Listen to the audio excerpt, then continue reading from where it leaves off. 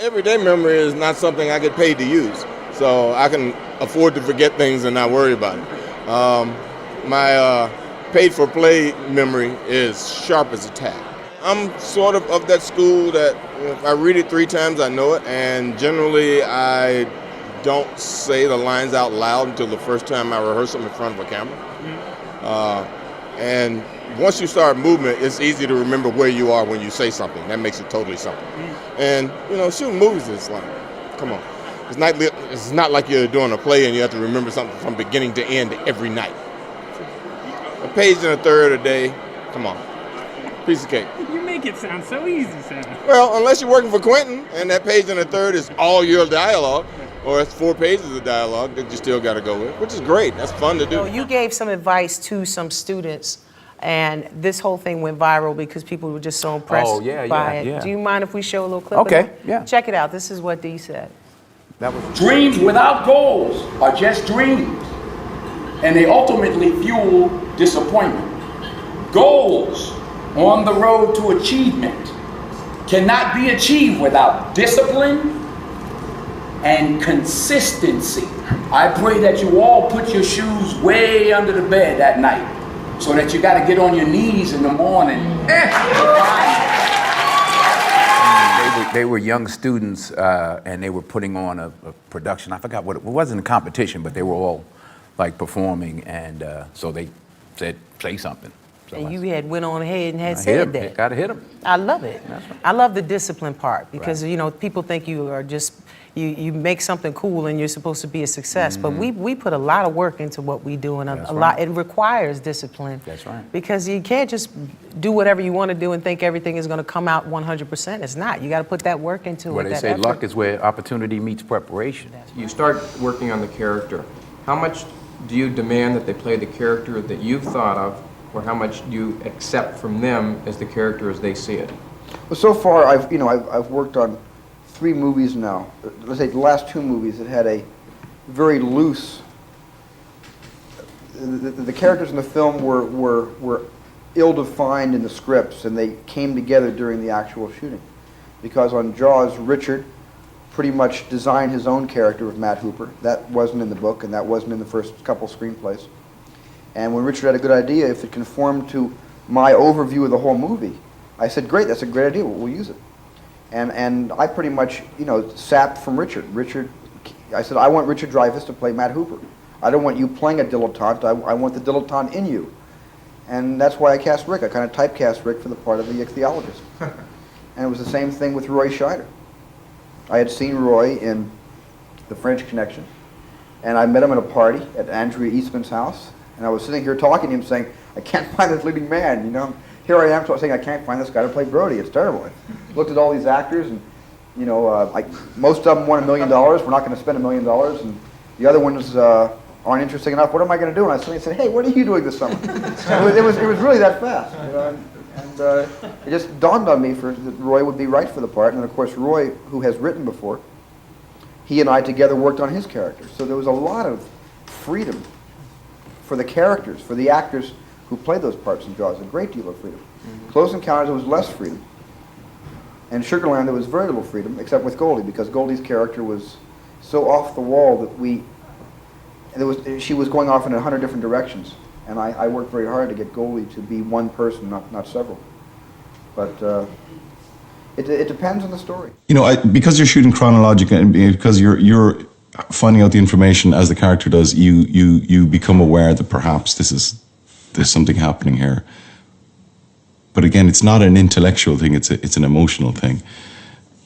So I guess that we were all aware that there's someone has betrayed us in the column, and we're all hoping against hope that it wasn't this kid, and then begins to sort of the inevitability of it becomes clear. The only advice I've ever offered young actors is to try and figure out how to do it for yourself. Never be caught with the idea that you can imitate someone else's success. As much as you might admire what someone else does, don't try and imitate that. Find your own way. Find your own voice, find your own feelings, and that will give you a unique opportunity. You look for that thing that moves you. I don't know what it is. I like repetition. There's a saying goes, repetition keeps me green. Yeah. I love that saying. Repetition keeps me green. Keeps me green, because fresh. Right. Because the idea that we do performances over and over again, you would say, well, doesn't that get boring or stale? But no, it's in the repetition that the creation comes, that the expression comes. Because I'll give you an example. I was doing Richard once, and not particularly well, and this show is going on, and we couldn't get this court scene with a lot of people in it. I didn't understand what I was doing in the scene. So we would call rehearsals. We would rehearse it and stuff, and we would talk about it, think about it, like all this kind of work where people together are trying to figure out something. And the 85th performance of Richard, I did it on my 85th entrance. I knew the court scene. I understood it. I was there. I could play it. But not in 84. Not in 84. I might have been getting closer, didn't realize it. Yeah. I gave up the ghost, I guess. I just gave it up and said, oh, screw it, it's not going to happen, and I'll just keep going on. And I found it. So, when Sam Levine, remember the great actor Sam Levine? When I was watching The Royal Family once in the theater, and Sam Levine comes in, just opens the doors and comes in. And I was a young actor at the time, and I thought, wow. As soon as I saw that, I just said, whoa. That's an entrance. It's an entrance. It wasn't an entrance. It was something else. It was a gift. He was opening the doors to something spectacular with light in it and everything and energy and joy. And you know what it was? What? He's done it for 50 years. Yes, exactly. You said that you're endlessly disappointed in yourself. Right now. In your acting. Is this because you pursue perfection, so that you're always going to be disappointed, or is it that you could never find complete satisfaction in acting? What is the source of this endless disappointment? Martha Graham talks about this state that the creative process happens in, and she describes it as being a blessed unrest. And I think I really relate to that you're never in a static point. I mean, just like our identity is not a static thing, your relationship to your work is not a static thing. And I think what keeps propelling me forward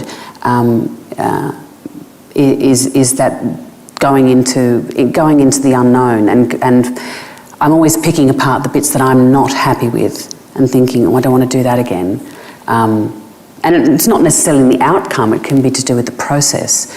And it's even in works that have been well received by the public, that's what keeps propelling me forward. Otherwise, I think I'd stop doing it altogether. I think the genesis of it is his family and the want of his family, keeping his family safe. So that's very primal and something I can relate to, having kids. And then physically, for me, it was just kind of getting in the right condition to play the character. So I worked out quite a bit for the role and really got very comfortable boxing and with the different kind of fighting styles to kind of implement in the movie. Don't you realize that you're thought of as the greatest actor ever?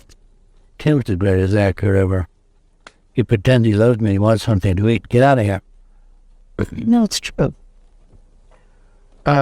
What's the difference? See, that's a part of the sickness in America, that you have to think in terms of who wins, who loses, who's good, who's bad, who's best, who's worst. We always think in those terms, in the extreme terms. I don't like to think that way. Everybody has their own value in a different way, and I don't like to think who was the best at this or that. I mean, what's the point of it? I have a good story about that, actually. So Malkovich, the fact that he was even going to come to do this movie, the whole crew was talking about it. I mean, for months, we're waiting for John Malkovich to get there. I mean, it's a big deal. Malkovich is coming, And Malkovich. No, literally, it was like, this was before, that movie too. So when he finally shows up, he gets there and, it's like, at that point, he's walking on water. And we do the first take and John goes, if you don't have, my money, then you are mine. And I'm sitting across the table from him like, I'm sorry, what did you just say? Like, we're talking like this, and suddenly the action, if you don't have my money. And the crew bursts into applause. They're cheering. They're like, wow, amazing, amazing. And I'm looking at him, and I guess he sees me looking at him. And he leans across the table, and I lean in, and he looks at me, and he goes, I'm a terrible actor. And it was just, it's literally one of my favorite things that's ever happened on a movie. It was I love it. so brilliant. That's so incredible. Brilliant. And a lot of wisdom too, because if you get to that point where nobody gives you a straight answer, you know, it's dangerous, you know. But he was, I mean, obviously he's not a terrible actor. He's quite the opposite. He's brilliant. But that moment of just, it was. Tell any actor, I tell my own kids this, if you're reading for something, just assume you're not going to get the part. And that'll free you, if anything. It'll free you to make a bolder choice, maybe. And what'll happen, it's more important than even the director watching you do the reading. It's the casting director, because they work with directors all the time. So if they see you do something that's kind of interesting and bold, they'll tell the director of another project they're working on, well, maybe, you know, this actor's not quite what you're looking for, but they're interesting, you should meet them. And you never know what happens. Did you really do that when you were a young actor? Go in and say, I'm not going to get this? No, it's not so easy, but you do assume that you're not going to get it. I've read for things over and over and over again, and I've done it every which way to the point of absurdity. And at the end of the day, they just wanted somebody. I wasn't quite right no matter how you sliced it, so they got somebody with a name. With scripts, the question that I get asked most often, and I think most actors get asked most often, is, how do you remember all those lines? And I'm always like, well, you don't try to remember all the lines. You look at what's on the text. First, you read it and you try to understand it. You read it again. Me, I read it after a run when my endorphins are flying. I read it late Saturday night when I've got a good buzz going. I read it when I'm feeling, right after church, when I'm feeling in a very forgiving mood. I'll read it when I'm mad, sad, glad, tired, happy, excited. In many different places where I am personally, I'll read a script, and that means I'll have a different look at the same scenes because I'm in a different place. And I gather all that for weeks, if not months, before I start really locking into making decisions on what my character would or wouldn't do, on truths of my man, as I call it. And you have to watch in a script not to grab a hold of things that you want to take literally too early, because you don't want to get bound to anything. You want to stay loose. Well, over and over through repetition, you know the script, you know what it's about. It's not about knowing the lines. What's the scene about? What does the character want out of this scene? What's the obstacle in front of this character to get what he wants? What does the character need in the scene? And then overall, what's happening in the scene? So if you do it over and over, it's never about memorizing the lines. It's understanding what the hell you're saying and what you mean and what you're trying to get and what you need, why you're having trouble getting it. How are you going to get past that obstacle to get what you need? That you do that enough, the lines on the day are like Elie Kazan says, they're fringe on the carpet. I mean, they're just words. And that's the difference from writing and acting. The actor brings a bloodline to the role. It's as much about what we don't say as what we do. If I can pull off a paragraph, the meaning of a paragraph, with one look, go with the look, not the words. And so I always say it's not about memorizing the lines. You don't think about memorizing the lines at all. I write a lot. I break down the scripts and scenes. Most of my scenes, I'll have a version that's 8 times longer than the scene because I've rewritten it so many times in so many ways. I may not say anything that I rewrote, but everything I wrote tells me more, informs me more on what was on the page.